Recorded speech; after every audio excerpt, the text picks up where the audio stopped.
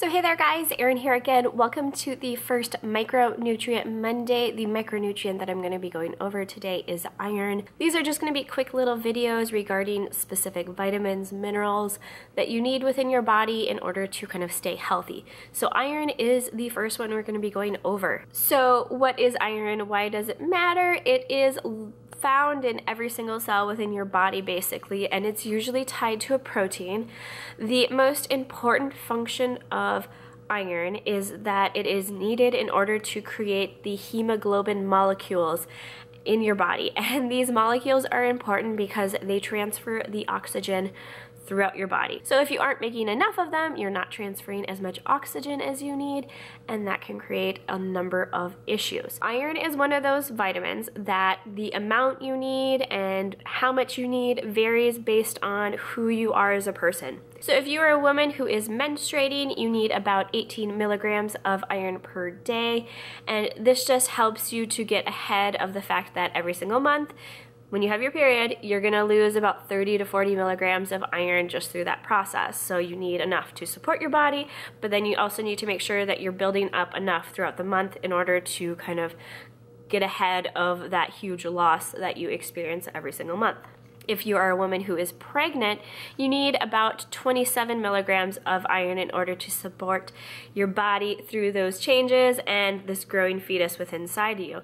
So for a child who is growing up, they are going to need between 8 and 10 milligrams of iron per day. So for women and men who are not having a period every month, men pretty much anywhere over 19, and women anywhere, you know, where you're just not having a period anymore, you only need about 8 milligrams of iron per day. If you are in the group where you need less iron than some of the other groups, because you're not going through a process where you're getting rid of it every month, you might want to consider doing things like blood donation regularly.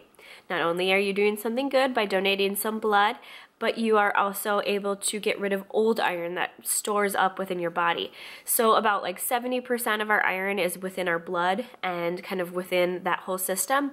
About 30% goes elsewhere, and the areas that it really likes to sit in are your liver and your spleen. And if you have too much of that iron in there, it can kind of become a little toxic.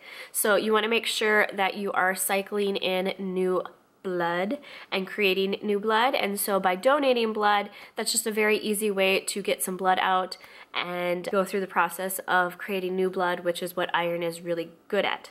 Now, for me, as a woman who was menstruating and went on a diet that didn't really support my iron needs, I became anemic. And when you become anemic, there are some signs that can happen. You can have kind of a specific kind of dead look in your eyes where you get really deep, dark under eye circles where your eyes almost cave in. You can also start to lose hair. I was losing hair in clumps because I was anemic. You can also become extremely fatigued. You want to watch out for those things, especially if you are, again, like I said, a woman who is, you know, still having her period, a woman who is potentially going through pregnancy. I became severely anemic after I had my first child, so that was not fun. So you want to watch out for two things. You want to watch out for being too deficient in it, and you want to watch out for having too much stored in your body, because we are really good at storing iron. So donating blood if you are not regularly getting rid of blood, and making sure you have enough if you do regularly get rid of it through your own body systems. There are really two types of sources for iron that you can take in. There is the hemi and the non-hemi. I think I'm saying that right, or hemi, I guess, depending on how you want to enunciate the E. The hemi ones are meat, and that is really the best source for iron that you can take in.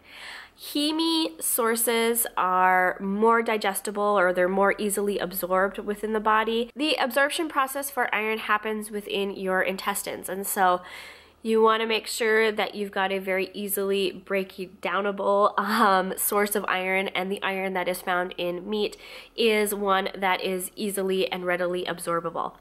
There are other sources, like I said, the non-heme, which is typically from more plant-based sources, and they are good, but you want to make sure that you're getting more of them in there. So if you are somebody who is following a more vegetarian-based diet, you actually require more iron in your daily intake because the sources are less easily broke down when they are digested to remove that iron. So a vegetarian male would need about 14 milligrams. A postmenopausal or a woman that's not having her period would need about 11 milligrams. And then a regular woman who is eating a vegetarian-based diet who is, still has her period needs about 33 milligrams, just to make sure that they're getting enough in there, again, as they go through having their period. The non-heme sources, the best sources for plant-based iron would be pumpkin seeds, Swiss chard, spinach. This is for keto, so if you're on a ketogenic diet, these would be the best sources. Tahini, cashews, and almonds. Those would be your best sources on keto if you're trying to get plant-based iron into your diet. So like I said, iron is a very critical building block within our bodies, but our needs vary depending on our ages, where we're at in life, and our genders. So you want to make sure that for whoever you are, you're getting enough iron in there because it's very important. So I hope you guys enjoyed this video, and if you have any questions about iron, go ahead, comment them below. If there's a particular vitamin or mineral you want me to go over, leave a comment about that. I'm happy to do that, and I hope you guys enjoyed this little video series. Until next time, I hope everything's going good in your world, and I will see you guys later. Bye!